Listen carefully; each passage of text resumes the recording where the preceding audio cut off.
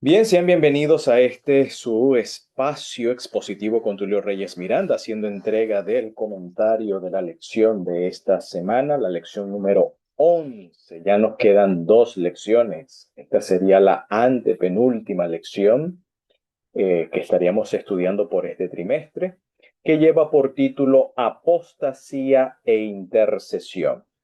Prácticamente comentaremos el capítulo 32, 33 y 34, aunque yo me voy a centrar en unos pocos versículos del capítulo 32. No lo voy a hacer tan extenso, me gusta más bien profundizar en los pocos textos que abarcar, como dice un dicho popular, el que mucho abarca poco aprieta. Entonces prefiero apretar en algo pequeño para ya después comprender el resto. Así que sin más preámbulo, vamos entonces a dar inicio a nuestro comentario de esta lección. Bueno, esta lección trata del capítulo 32, donde en esta sección, luego de que Moisés recibe las especificaciones para elaborar o erigir el Mishkan, es decir, la morada, la habitación de la divinidad, de la deidad, eh, Moisés tarda alrededor de 40 días y en ese periodo de tiempo el pueblo se desespera. ¿Por qué? Según el capítulo 32, verso 1, dice, más viendo el pueblo que Moshe o Moisés tardaba en descender del monte, allegóse entonces a Aarón y dijéronle, levántate, cum, ¿no? En hebreo, levántate, haznos dioses, Elohim, que aquí esta palabra Elohim, que a veces aparece como singular Dios, pero realmente esta palabra hebrea Elohim es un plural, no singular. El singular de esta palabra es el, la Aleph con la Lamet. El en hebreo es Dios en singular, pero Elohim es plural. En todas las escrituras, en todos los textos, cada vez que se utilice el término Elohim, el sustantivo Elohim, es plural. Y aquí lo traducen correctamente, dioses. Es que Elohim es eso. Incluso en Génesis 1, Elohim es plural. ¿Ok? Es plural. Y luego dice que vayan, Yelehu, noten el plural, que vayan delante de nosotros. ¿Ok? Es decir, el verbo está justificando que este sustantivo está hablando desde un plural. Esto es interesante. Dice, porque a este Moshe, Kitse Moshe, porque a este Moshe, aquel Ish, aquel varón, Haish, que nos sacó de la tierra de Egipto, es decir, aquí esta congregación, este pueblo que se congrega ante Aarón, le atribuye la liberación de Egipto a Moshe. ¿Ok? Prácticamente aquí Moshe está siendo casi elevado a una divinidad. ¿Ok? Porque a este Moshe, aquel varón que nos sacó de la tierra de Egipto, no sabemos qué le haya acontecido. Ok, aquí hay una prueba. La prueba es la tardanza. Bueno, de hecho, de esto nos advirtió el maestro sobre aquella parábola del siervo fiel, ¿no? Que si ve que el siervo que es infiel ve que su señor tarda en venir y comienza a comer, a beber, ¿ok? Y a maltratar a sus consiervos, es evidencia de que no lo espera, ¿no? Algo así, parafraseando, dice una de las enseñanzas del maestro. Bueno, vemos que esa referencia del maestro es un espejo de aquí de la Torá. Tiene que ver, porque Moshe es ocultado, ¿no? Moshe se muestra al pueblo, pero luego Moshe es ocultado, se oculta y luego se vuelve a manifestar. Esto es una alusión al Mesías que se manifiesta al pueblo, posteriormente es ocultado para luego volverse a manifestar en gloria, como de hecho Moshe aparece nuevamente al pueblo de Israel. Pero bueno, en ese transcurso hay una tardanza, el pueblo toma una iniciativa, es decir, se acerca a Aarón para que le haga dioses, Elohim, plural, que vayan delante de nosotros. O sea, no es uno, varios. Porque a este Moshe, aquel varón que nos sacó de la tierra de Egipto, no sabemos que le haya acontecido. Muy bien. ¿Cómo interpreta la tradición rabínica este texto? ¿Ok? Aquí hay un debate interesante entre la tradición judía, donde hay dos perspectivas. ¿Ok? Aquí hay un debate interesante de interpretación donde, por ejemplo, citando al Rambam, porque hay dos Rambam, ¿no? El Rambam con M al final, que es Maimónides, Rabbi Moshe Maimón, ¿ok? Y está el Rambam con N al final, llamado el Nachmanides, ¿ok? En este caso, el Rambam, es decir, Rabbi Moshe ben Nachman, o el Nachmanides, que es un sefardí, es un español, que vivió alrededor de 1194-1274 de Edad Media, sugiere que el becerro de oro tenía como propósito servir de reemplazo a Moisés y no a Dios. Es decir, según la visión del Nachmanides, el becerro de oro es un intermediario entre la divinidad y el pueblo, en sustitución de Moshe. Esta es una interpretación. ¿Cuál es el fundamento del Nachmánide? Bueno, porque sencillamente el texto dice, levántate, haznos dioses que vayan delante de nosotros, porque a este Moshe, ¿ok? Porque a este Moshe, aquel varón que nos sacó de la tierra de Egipto, es decir, el pueblo le atribuye esa hazaña, esa Moshe, no sabemos qué le haya acontecido. Entonces, bueno, necesitamos uno que reemplace a Moisés, según la visión del Nachmanides. Sin embargo, el rabí Yehuda Halevi, también español, del año 1075 al 1141, explica que los israelitas no creían que el becerro era un dios, sino que era una representación simbólica de la deidad, es decir, de Adonai, que los había sacado de Egipto. Es decir, el becerro no tenía la intención de ser otra divinidad diferente al Dios de Israel, sino que el becerro vendría a ser una representación del poder del Dios de Israel. Así que tenemos estas dos ideas. La pregunta es, bueno, ¿el becerro es un sustituto de Moisés o es una representación de la divinidad de Israel? Es decir, ¿cuál sería en este caso la perspectiva correcta? Muy bien.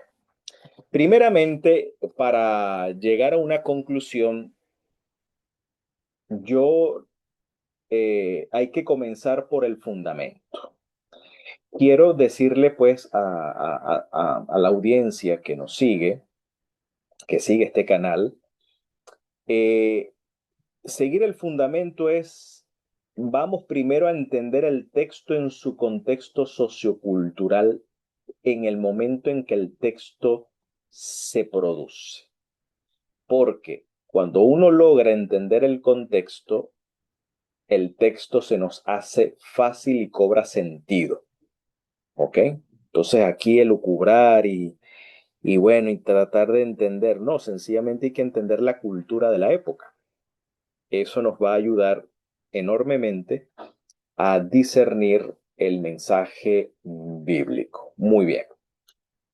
Hay un texto espejo que tiene mucha similitud, que está en los profetas, y es en el primer libro de los Reyes. No es Primera de Reyes, porque Reyes no es una carta, es un libro.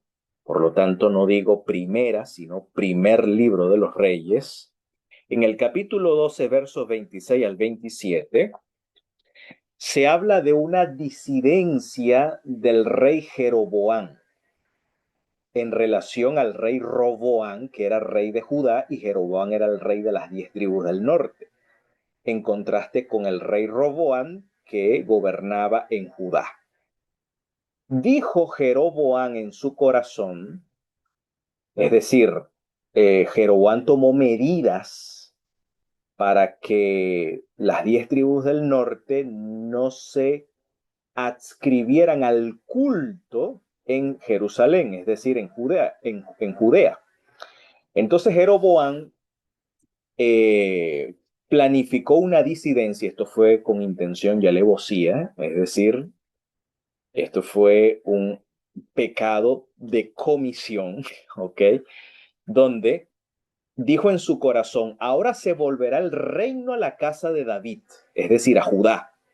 Si este pueblo subiere a sacrificar a la casa del Eterno en Jerusalén, porque el corazón de este pueblo se volverá a su señor Roboam, rey de Judá, y me matarán a mí y se tornarán a Roboam, rey de Judá. Este pensamiento le vino a Jeroboam, es decir, este pensamiento de ansiedad, ¿no? Miren que la ansiedad nos hace pensar locuras. Entonces nos hacemos una película, cuando uno está ansioso nos hacemos una película en la mente que nos lleva a tomar decisiones erráticas. Cuidado con la ansiedad. Este hombre pues quería tener el poder a como de lugar, ¿ok? Un desequilibrio de poder. Y bueno, trató de por todos los medios asegurar su poderío, su influencia sobre las 10 tribus del norte, ¿no? ¿Y qué medida tomó? Bueno, dice, y habido consejo, hizo el rey 2 becerros de oro. Noten que el rey gobernaba la parte norte de Israel, muy cerca de Canaán, donde en Canaán, miren la influencia de los pueblos vecinos. Noten la influencia religiosa o la superstición religiosa que influenció al rey Jeroboam, las 10 tribus del norte, donde llegó prácticamente a capitalizarse el culto a Baal, donde Baal era representado por un becerro. ¿Y por qué de oro? Porque este becerro de oro se fabricaba con joyas, zarcillos de oro, con imágenes de la divinidad de Canaán. De hecho, Baal era hijo o pertenecía al panteón de los dioses. Noten que es importante estudiar esto en su contexto, basado en la arqueología bíblica. Es una disciplina de estudio. Estudiar la Biblia desde el punto de vista de la arqueología es necesario porque nos ayuda a ubicarnos en el contexto. Había un panteón divino en Canaán donde había un dios principal llamado El, que es el singular de Elohim, o Elohim, como dirían los rabinos, ¿ok? O Elohim. Él es el dios jefe cananeo que era representado por un toro. Y como Baal era hijo de la divinidad de Canaán, él, según la idiosincrasia religiosa del contexto de los pueblos circunvecinos a Israel, había influencia.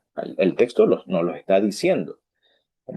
Israel era vecino de estos pueblos que veneraban a Baal y veneraban a la deidad principal de Canaán, que era él, representado por un becerro. Dicho sea de paso, en el hebreo pictográfico o en el hebreo fenicio, el más antiguo, antes del hebreo ashuri o el hebreo asirio, que es los caracteres hebreos como ven acá en la imagen, que son caracteres, estos son caracteres arameos, pero el hebreo como tal, eh, eh, que tiene sus raíces en Canaán, por ejemplo, la letra Aleph, era representado por una cabeza de buey, ¿ok? Aleph, con que se escribe el y Elohim, está representado por una cabeza de buey que representaba precisamente a la divinidad principal o a la divinidad jefe de los cananeos, que era representado por un toro, y Baal, que era hijo de esa divinidad, por un becerro. ¿Ok? Y miren la sociedad con las joyas, porque el capítulo 32 de Éxodo habla de las joyas con las que se fabrica el becerro. Esto tiene mucha relación con el culto a Baal. ¿Ok? Entonces hizo el rey dos becerros de oro. ¿Por qué de oro? Porque con el oro procedía de esos joyeles, de esas joyas, de esos zarcillos. ¿Ok? Eh, no era cualquier zarcillo, es decir, esto va a depender de qué influencia estamos hablando. Estamos hablando de los pueblos cananeos, donde fabricaban joyas en honor a su divinidad, con imágenes de su divinidad. Ok, a lo mejor los chinos fabricaban brazaletes de oro y zarcillos de oro, nada que ver con ninguna divinidad. Ok, entonces esto es importante ubicarnos en el contexto, ¿no? Entonces hizo el rey dos becerros de oro y dijo al pueblo: harto habéis subido a Jerusalén, he aquí tus dioses, oh Israel. Una expresión similar, ¿ok? Con Éxodo 32. Aquí vemos una similitud.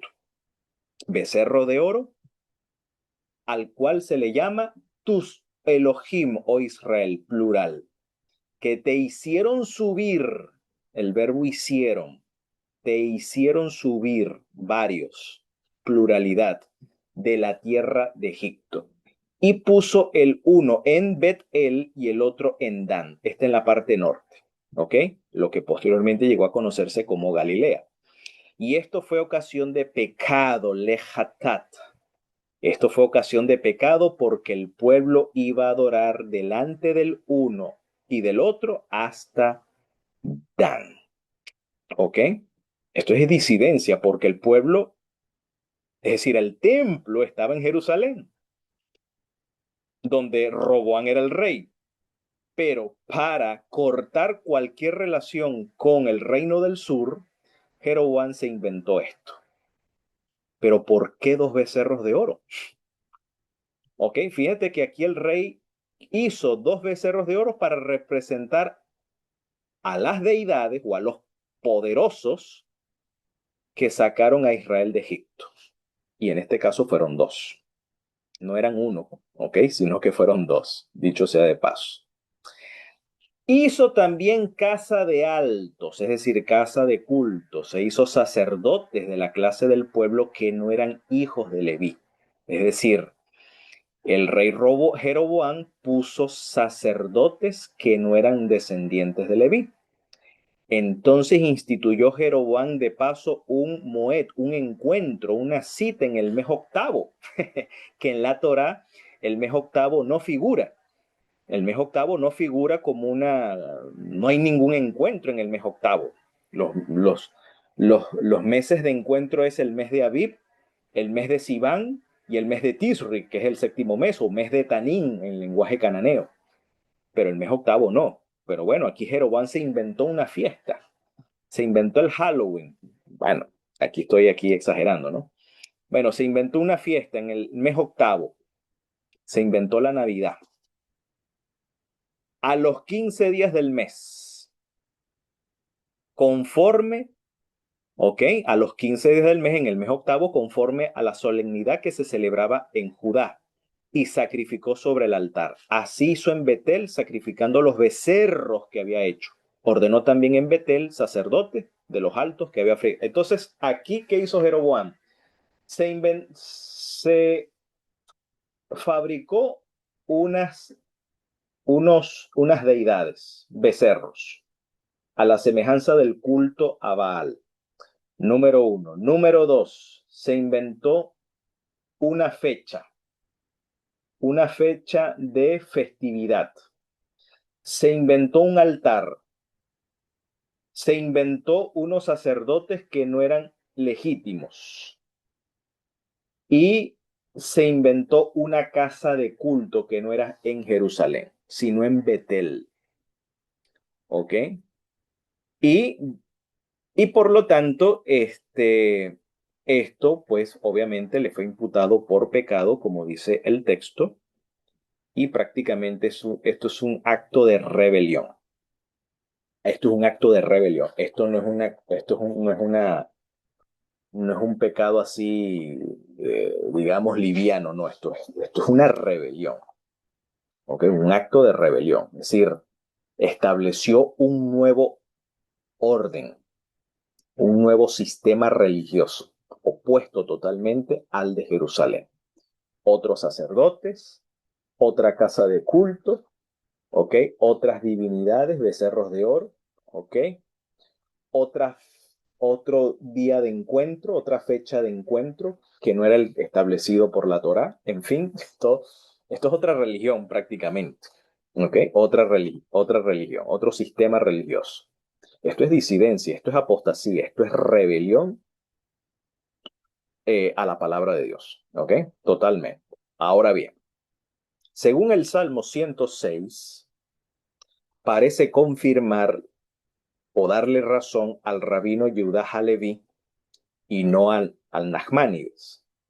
Porque según el Salmo 106, 20 al 23, dice, hicieron becerro en Horeb, se postraron ante una imagen de fundición, es decir, una imagen que procedía de la metalurgia. Esto está en conexión con el culto a Baal. O sea que este becerro aquí hay una influencia cananea. ¿Ok? Becerro, si fuese un toro, pudiera ser influencia egipcia, de Apis, pero no es un toro, es un becerro, es diferente. O sea, un toro joven. Y el toro joven tiene mayormente influencia por las características que se presentan y bajo los estudios de la arqueología, tiene más similitud al culto cananeo más que al culto egipcio. No es Apis, no parece inclinarse a Apis de Egipto, que es un toro, sino a un becerro, es decir, a un torillo, a un novillo, vamos a decirlo así, que tiene más influencia con Baal, porque el dios Baal se fabrica a partir es una fabricación de la metalurgia, es decir, y especialmente del oro, de las joyas, ¿ok? De las joyas. Entonces dice, así cambiaron su gloria por la imagen de un buey que come hierba. ¿Ok? Olvidaron al Dios de su salvación que había hecho grandezas en Egipto, maravillas en la tierra de Can, cosas formidables sobre el mar Rojo, y trató de destruirlos. De no haberse interpuesto Moisés, aquí viene la intercesión, su escogido delante de él a fin de apartar su indignación para que no los destruyese. Entonces, claramente aquí nos dice que se cambió la imagen de su gloria por la imagen de un buey que come hierba. ¿Ok? Entonces, lo que ellos intentaron hacer es representar la divinidad, como dice Yehuda Halevi, es una representación de la deidad bajo la figura material, ¿ok? O bajo una fabricación de la metalurgia de un toro, a la semejanza de la divinidad, o de un, mejor dicho, de un becerro, de un novillo, que prácticamente tiene más coincidencia con el culto a Baal. Ahora,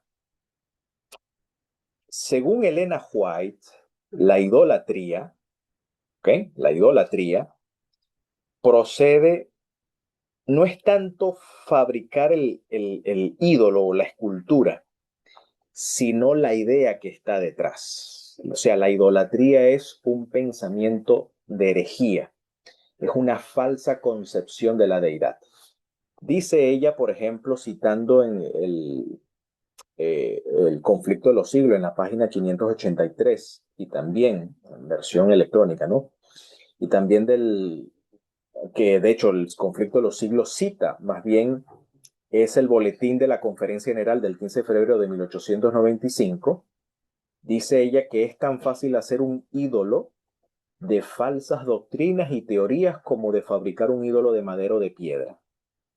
Es decir, Cuando tergiversamos los atributos de Dios, Satanás induce a los hombres a concebirlo con un carácter falso. Aquí está la raíz de la idolatría.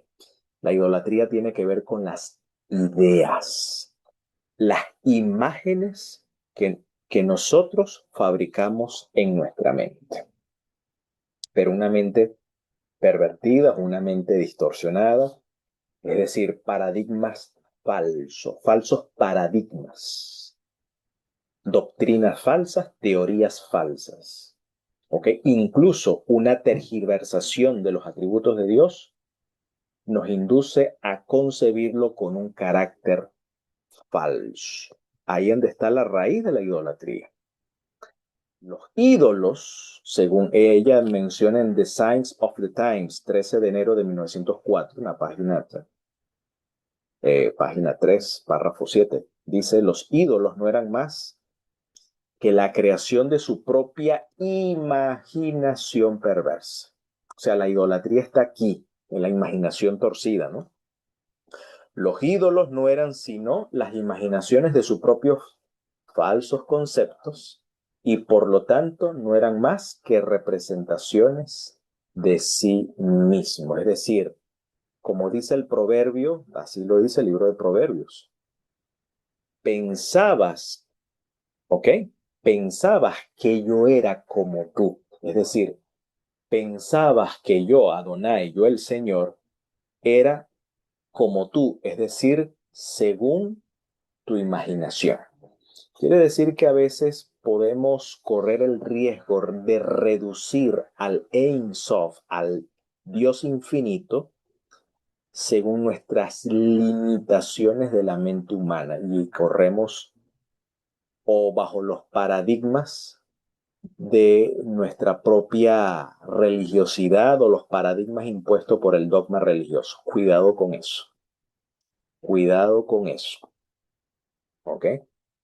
Entonces, la idolatría está muy asociada con falsos conceptos. Por eso yo insisto, o así insiste la Biblia, que la vida eterna consiste en conocer al Dios verdadero a través de aquel a quien él envió, a Jesús Mesías. Dicho sea de paso, Pablo menciona en 2 Corintios 4:6 que aquel que ordenó que desde la oscuridad brillara la luz, esta luz ordenó que brillara en nuestros corazones, ¿ves? Para iluminación del conocimiento de la gloria de Dios en el rostro de Jesús Mesías, el cual es la imagen de Dios. O sea, el Mesías es la imagen de Dios. Por lo tanto, si queremos tener un conocimiento más exacto de la divinidad, sencillamente tenemos que mirar al Mesías, ¿ok? Que es quien, según definiciones del apóstol, es la imagen de Dios. Ok. Así que cualquier otro concepto ajeno al Mesías, obviamente, entra en el terreno de la herejía o en el terreno de la idolatría. Así que investiguemos por nosotros mismos con la dirección del cielo y contamos, gracias al cielo que contamos con la promesa que dice el apóstol Juan. Ustedes tienen la unción del Santo y conocen todas las cosas. La unción que recibiste de Él, la cual permanece en ustedes, es verdadera. De modo que no tenemos necesidad que nadie nos enseñe. Esto se parece a las palabras del nuevo pacto. Y ninguno enseñará a su compañero o a su hermano diciendo conoce al Señor porque todos me conocerán desde el mayor hasta el menor. Entonces no tenemos necesidad que nadie nos enseñe, sino que la unción misma nos enseña todas las cosas y esta unción no es mentira, sino que permanece en nosotros. Ahora bien, vamos entonces a adentrarnos, voy aquí a interrumpir este pasaje, entonces vamos a adentrarnos aquí eh,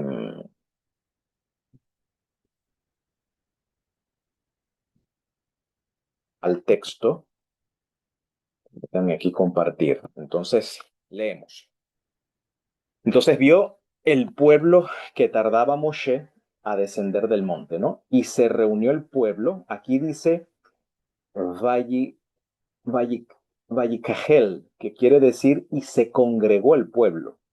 O sea, se congregó. Viene de la raíz cajal, que es congregación, asamblea. Es decir, se congregó el pueblo junto a Aarón, o en torno a Aarón, a Aarón.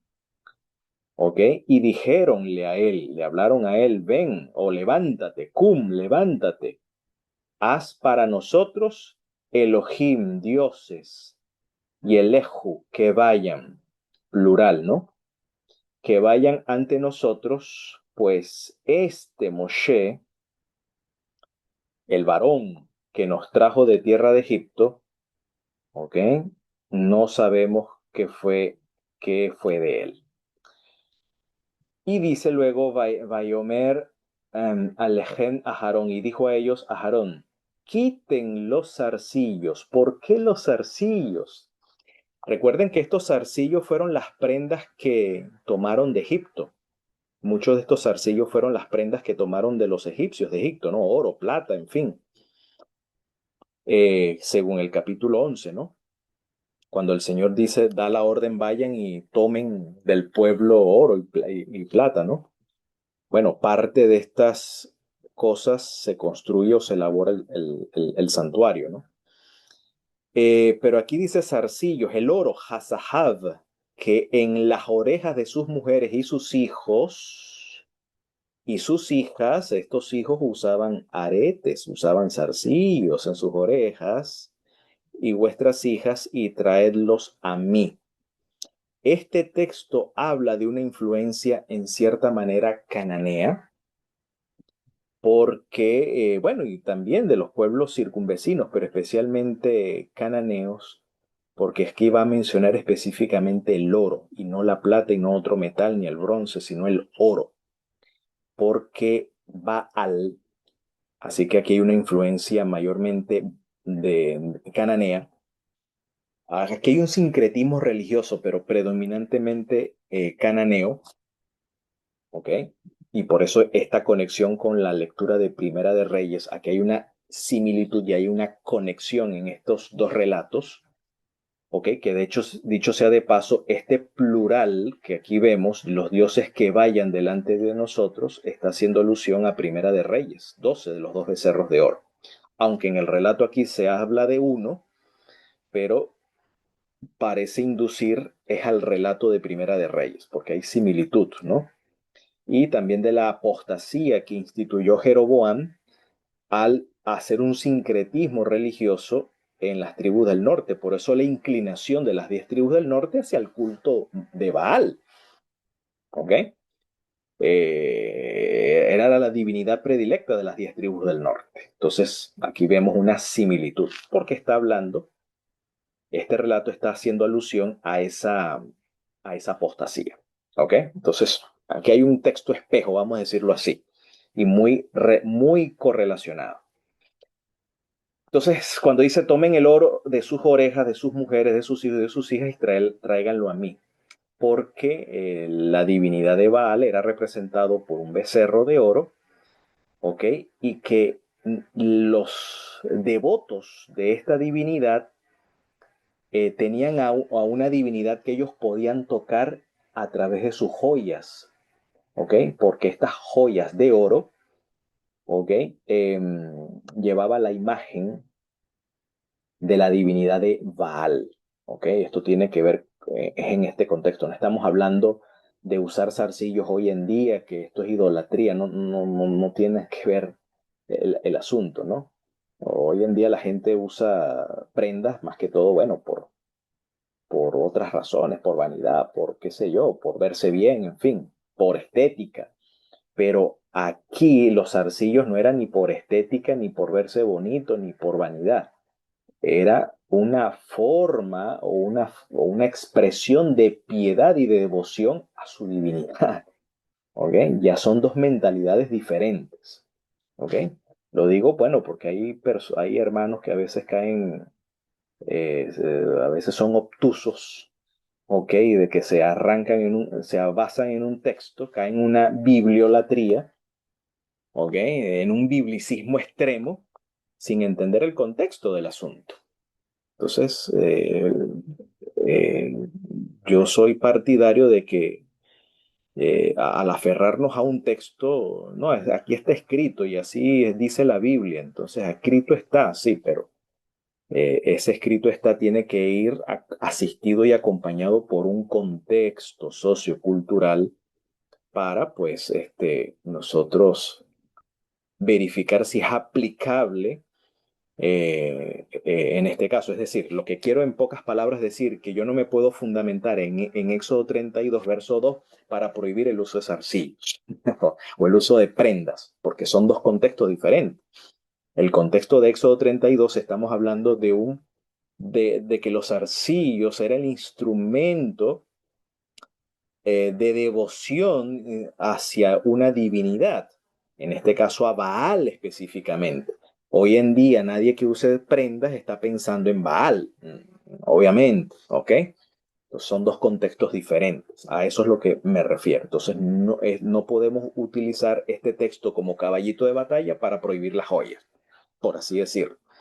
Porque estás utilizando, estás torciendo, estás manipulando el texto sin tomar o sin considerar el contexto. Entonces, se quitaron entonces todo el pueblo, dice aquí los zarcillos, el oro estaba en las orejas de ellos y llevaron a Aarón. Ahora, ¿por qué Aarón? ¿Por qué Aarón? Bueno, alguno pensará, bueno, porque Aarón fue el encargado que dejó Moshe. Ajá, ¿y dónde está en la Torah que diga eso? En la Torah no dice que el Eterno dejó como encargado a Moshe. ¿Ve? En ninguna parte dice eso. Lo que el texto sí te dice en el capítulo 24, voy a retroceder un poco acá. Vamos a ver, creo que me adelanté mucho. Es un poco borroso para mí hacer esto. Vamos a ver. En el capítulo 24, miren una de las funciones que hace Aarón. Ok, vamos a ver si adelantamos un poquito así. Ténganme paciencia, no es fácil. Este, el capítulo 24 dice el Eterno a Moisés: sube al Eterno tú y Aarón, Nadab, Abiú y 70 de los ancianos de Israel, y se postrarán de lejos. Aquí dice adorarán. La palabra en realidad, Behish Tahabeh, significa literalmente es postrarse, como los musulmanes. Eso es postrarse, no es arrodillarse. Aquí no está hablando de adoración, aquí está hablando es de postrarse. O sea, pegar la frente al piso, como lo hacen tal cual como lo hacen los musulmanes. De hecho, la práctica musulmana de sumisión a la divinidad, ¿ok? Era la forma antigua de adoración, vamos a decirlo así, que era postrarse, ¿ok? Entonces dice luego, y se acercará Moshe solo a Yahvé y ellos no se acercarán, y el pueblo no subirá. Es decir, aquí hay un grupo que se acerca al monte, el pueblo se queda abajo, pero hay un grupo que se acerca, en el grupo que se acerca está Aharón. Ya aquí Aharón se cuenta como un grupo élite, como perteneciente a un grupo élite. Todavía Aarón no ha sido nombrado sacerdote, pero ya por acá en el capítulo 24 se está mencionando, ya Aarón figura como parte de un grupo élite, de un grupo de ancianos, a un cuerpo élite que tiene el privilegio de acercarse a la divinidad. No tan cerca como Moshe, pero tampoco tan lejos como lo estaba el pueblo. ¿Ok? Porque dice, y el pueblo no subirán con él. ¿Ok? Y más adelante nos dice lo siguiente.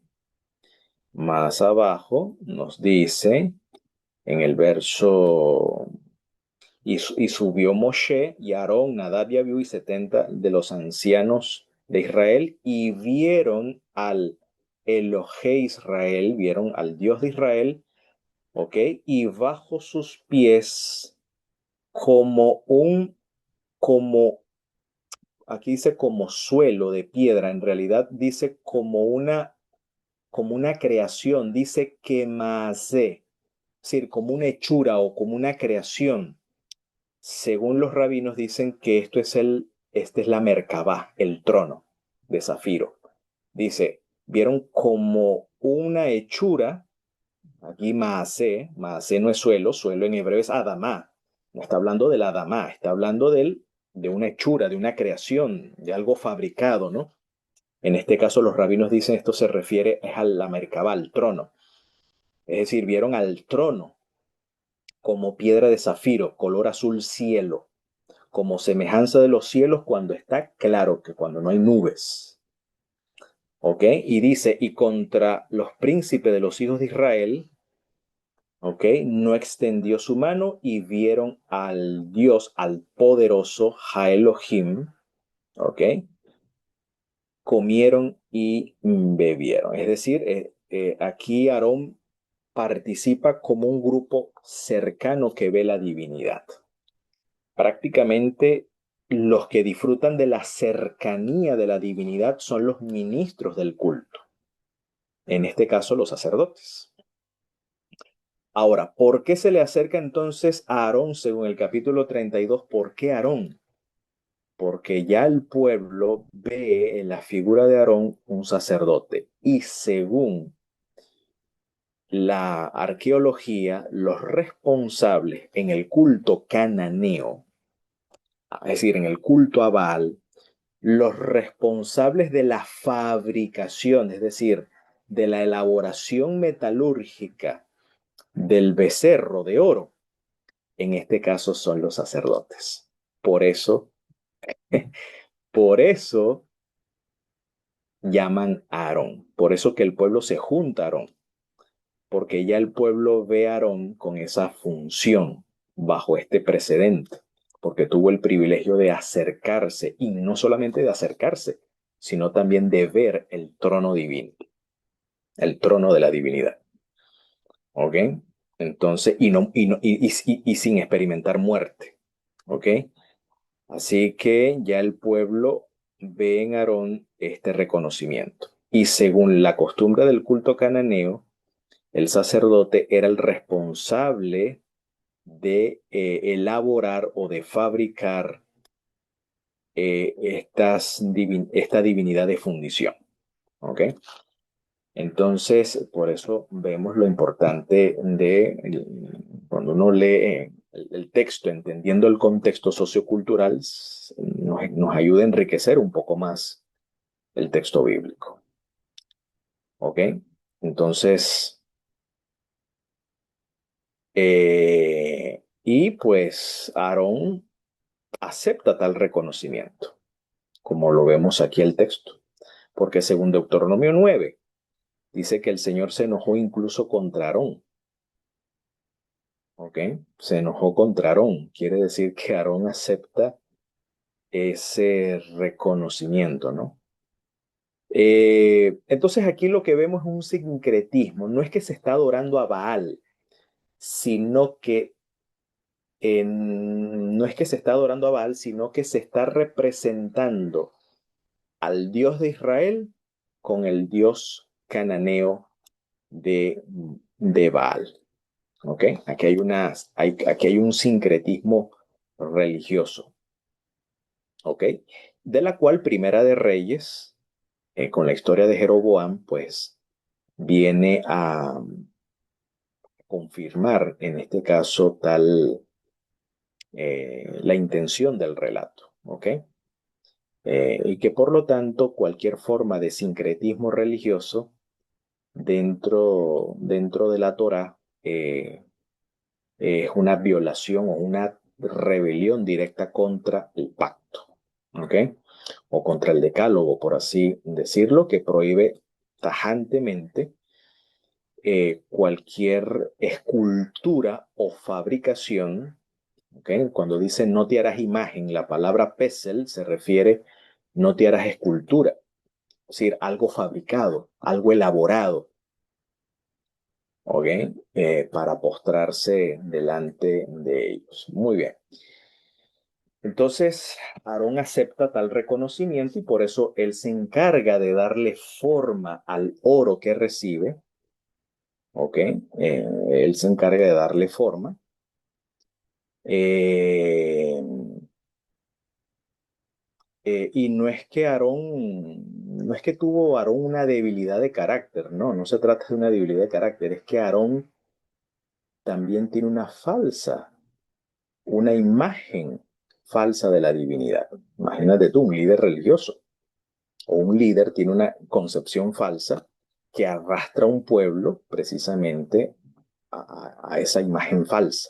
O sea, aquí Aarón es participante activo de este acto. No es que como que, ay, no es que Aarón se siente forzado no, o se siente presionado por el pueblo, como que, bueno, sin querer queriendo hace el becerro. No, no, no, no, no es que sin querer queriendo, no, él toma parte activa, toma parte activa de esta fabricación creyendo pues que estaba haciendo bien en representar a la divinidad bajo esta imagen, con la imagen del dios cananeo Baal.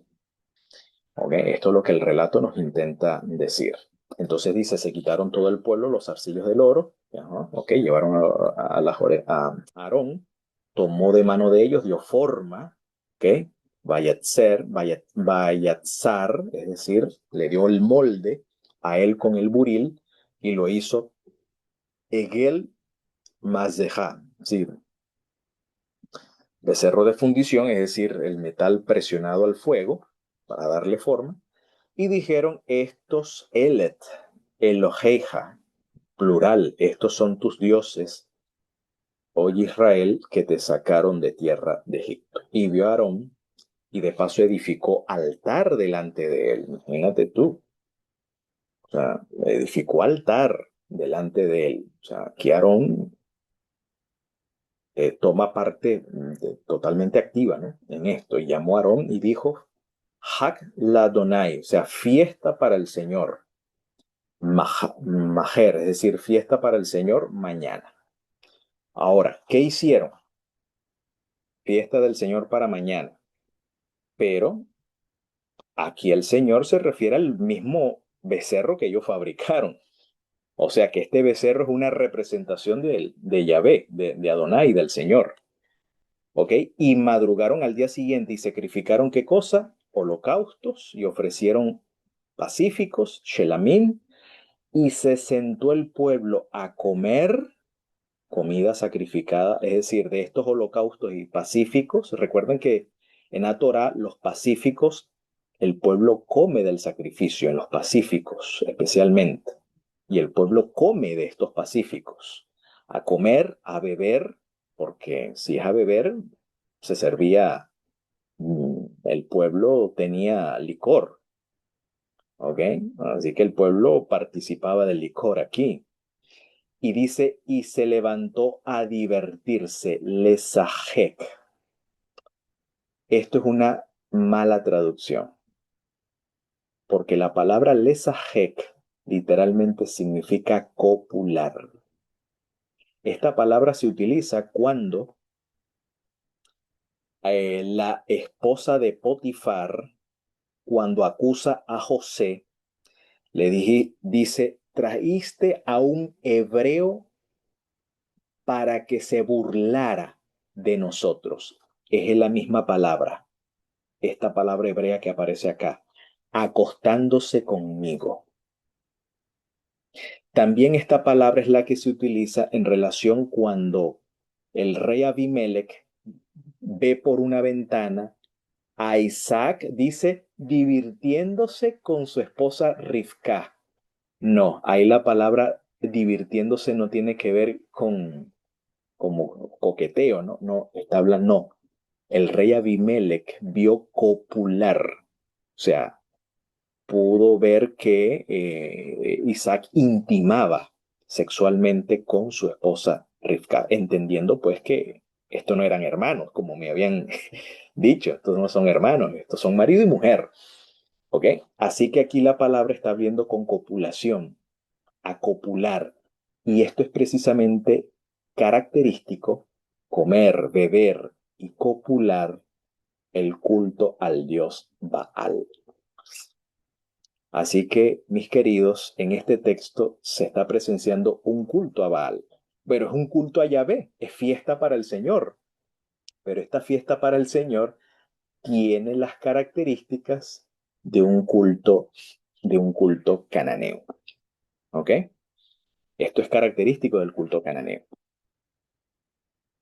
Ven el punto. Espero que vean el punto. Entonces aquí estamos hablando de un sincretismo religioso. ¿Ok? Donde aquí se confunden las identidades. Este es el problema que hay acá. ¿Ok? Aquí se confunden las identidades. Entonces dice acá, y habló el Señor a Moisés, ve, desciende porque se ha corrompido tu pueblo que sacaste de la tierra de Egipto. Entonces aquí corrupción es ese sincretismo religioso, o sea, se mezcla el culto a Yahvé con cultos extraños, cultos cananeos en este caso. Dice, se apartaron rápido del camino que mandé y han hecho, ¿ok? Para ellos, becerro de fundición y se han postrado, ¿ok? Se han postrado a él y han sacrificado a él. Y dijeron, estos son tus dioses, oh Israel, tal cual la misma expresión en Primera de Reyes 12. Noten la conexión, la misma expresión, Elet Eloheja Israel, ¿ok? ¿Ok? Que te sacaron de tierra de Egipto, y dijo el Señor a Moisés, he visto el pueblo este y aquí un pueblo de dura cerviz. Entonces, bueno, el pueblo cometió, esto no es un pecado simple, esto es rebelión, esto es un pecado de tipo peshat, esto es un peshat, esto es una rebelión, ¿ok? Esto es una rebelión, o sea, esto es una disensión prácticamente. Esto es una violación totalmente al pacto. Esto es algo grave, ¿ok? Esto es de pena capital, lo que el pueblo aquí ha hecho. No es un simple pecadillo por allí, no, no, esto es a contención y alevosía. Entonces dice acá, he visto el pueblo este, entonces es un pueblo de dura cerviz, y ahora déjame a mí y arderá mi nariz, ¿ok? Un antropomorfismo, ¿no? Mi ira contra ellos y destruiré a ellos y haré a ti una nación grande, ¿ok? Legoy Gadol. Y buscó Moshe el rostro de Adonai su Dios y dijo, según la tradición en el Talmud Babli, en el tratado Sotá, creo que el Perek 14, si no más recuerdo, no recuerdo bien exactamente en cuál capítulo, pero sí está en el tratado Sotá, donde nos dice que Moshe ablandó el corazón de la divinidad. O sea, según el Talmud, Moshe persuade a la divinidad de que el pueblo no sea destruido. ¿Ok? Algunos otros dirán que el Eterno estaba probando la fidelidad de Moshe o el corazón de Moshe, ¿no? Si dejaría a Moshe que el Eterno los destruyera por ambición propia, por la fama de que sea ahora Moisés el patriarca, el padre fundador de una nueva nación, o sencillamente Moisés eh, incluso estaría dispuesto a ofrecer su vida para expiar esta falta, porque cuando Moshe le dice al Eterno, ráeme ahora de tu libro que has escrito, Moshe se está ofreciendo como sustituto y garante, una alusión al Mesías. ¿Ok? Y en eso consiste la intercesión. La intercesión significa que uno ofrece, te ofrezco mi vida, Ráeme ahora de tu libro que has escrito. Es decir, yo estoy dispuesto a dar mi vida. Acepta mi vida para cubrir esta falta, para expiar, cafar, ¿ok? Cubrir, tapar esta falta que el pueblo ha cometido. Y así, buscando con ello una reconciliación o un apaciguamiento de la ira. Por eso que esta palabra kafar se traduce en la versión griega de la Septuaginta como propiciar, es decir, apaciguar la ira. O sea, el Señor está molesto, entonces la intercesión busca es calmar ese enfado. Ok, entonces buscó Moshe el rostro de Adonai su Dios y dijo, entonces aquí Moshe apela, aquí vemos la intercesión, y Moshe apela a dos cosas. Número uno, a la fama, al nombre del Eterno, y número dos, al pacto eterno. Número uno, dice, ¿por qué Adonai arderá tu ira contra tu pueblo, que sacaste de tierra de Egipto, con poder grande y con mano fuerte? Porque dirán los egipcios diciendo, para mal sacó a ellos, para matarlos a ellos en las montañas, y para raerlos de sobre la faz de la tierra. Dice, vuelve del ardor de tu ira, shuv. En hebreos, vuelve significa conviértete. O sea, Moshe le pide al Eterno que se arrepienta, que se vuelva, que se convierta del ardor de tu ira. Y dice, y retente, es decir, trata de contenerte sobre el mal a tu pueblo. Pero me llama la atención que aquí el hebreo utiliza la palabra shuv, ¿ok? Que significa convertirse, volverse, retornar, regresar, darse la vuelta, ¿ok? Entonces, apelando obviamente al buen nombre del Eterno. Entonces, si tú lo vas a destruir, la gente va a decir, mira, este es un Dios iracundo, un Dios que no tiene paciencia, un Dios que, que pela el cable rápido, es decir, es un Dios arisco, o sea, de mal genio. O sea, Eh, es decir, no tendría buena fama, ¿no? No sería un dios atractivo. Nadie que querría venerar o rendir lealtad a un dios así, ¿no? Y aparte dice, recuerda a Abraham, a Isaac, a Israel, tus siervos, que juraste a ellos por ti mismo y hablaste a ellos, multiplicaré su semilla como las estrellas de los cielos y toda esta tierra, dijiste, daré a tu semilla y heredarán por un tiempo lejano. Entonces apeló a la promesa del pacto eterno y se retuvo. Por eso el Eterno perdona. El Eterno perdona en base al juramento, porque el Eterno prometió a Abraham, a Isaac y a Jacob, multiplicaré tu semilla como las estrellas de los cielos y esta tierra la daré a tu semilla y la heredarán por tiempo lejano. Por eso que el Señor perdona. Es decir, el perdón está sujeto a la promesa y está sujeto al juramento. Por eso el Eterno se contiene sobre el mal que habló para hacer a su pueblo. Entonces aquí, como dice el apóstol Pablo, aun cuando nosotros somos infieles, Él permanece fiel, porque el que os llama, Él también lo hará. Y mis queridos, de en esto se trata la intercesión. Aquí Moisés es una figura, alude al Mesías, y el Mesías realmente es quien ofrece su vida en garantía, donde de esta forma el Mesías refleja la fidelidad del Eterno. Que a pesar de nuestra infidelidad, el Señor permanece fiel a su palabra, fiel a su pueblo, fiel a su pacto. ¿Ok? Y el que nos llama, Él también lo hará. Que el que comenzó en nosotros la buena obra la llevará a su fin hasta el día del Mesías, Yeshua, hasta el día de su manifestación. Y que sea pronto y en nuestros días y podamos decir a ello, amén. Bendiciones a todos.